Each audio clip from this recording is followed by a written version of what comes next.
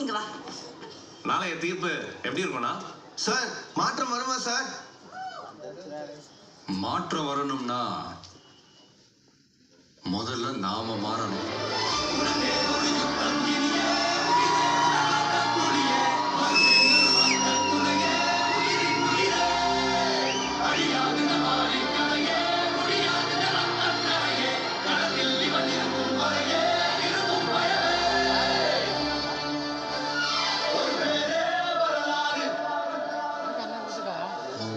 இன்னும் இருக்குக்கா.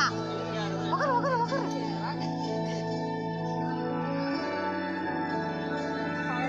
கடைசி படம்ல போட்டு காட்டுறாங்க.